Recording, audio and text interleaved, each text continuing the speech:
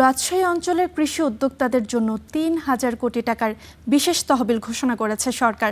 মাত্র ৫ থেকে ৯% সুদে এই তহবিল থেকে ঋণ নিতে পারবেন উদ্যোক্তারা।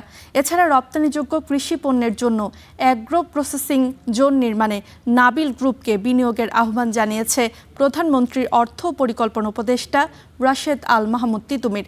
জিয়াউল গনি সেলিমের রিপোর্টে বিস্তারিত।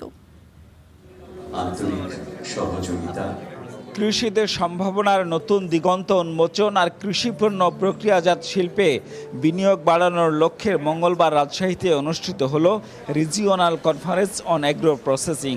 বাংলাদেশ বিনিয়োগ উন্নয়ন কর্তৃপক্ষ বিডা আয়োজিত এই আয়োজনের পৃষ্ঠপোষকতায় ছিল নাবিল গ্রুপ।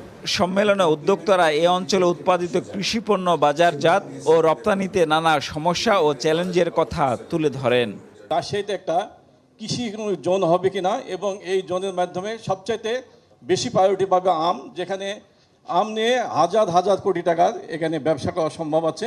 প্যাকেজিং হাউস যদি থাকে এখান থেকেই কোয়ারেন্টাইন হয়ে সরাসরি কার্গো বিমানের মাধ্যমে যদি আমাদের এখানে একটা বিমানবন্দরে কার্গো বিমানের ব্যবস্থা করা হয় তাহলে আমটা সরাসরি চলে যাবে বিদেশে। এই সময় রপ্তানিযোগ্য কৃষির সম্ভাবনা কাজে লাগাতে এ অঞ্চলে অ্যাগ্রো প্রসেসিং জোন নির্মাণে দেশের অন্যতম বৃহৎ শিল্পগোষ্ঠী নাবিল গ্রুপকে বিনিয়োগের আহ্বান জানান প্রধানমন্ত্রীর অর্থ ও পরিকল্পনা উপদেষ্টা।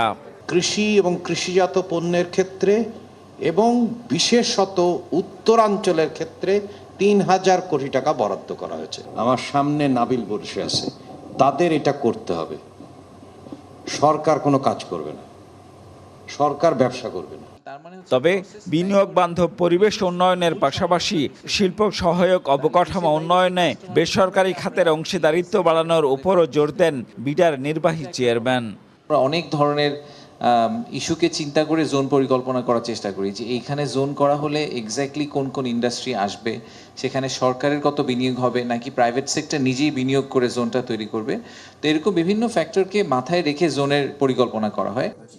সরকারের বিশেষ তহবিল, সহজ শর্তে ঋণ এবং বিনিয়োগ বাড়লে দেশের উত্তরাঞ্চলের শিল্পভিত্তিক অর্থনীতি গড়ে উঠবে বলে আশাবাদ জানান অনুষ্ঠানের বক্তারা।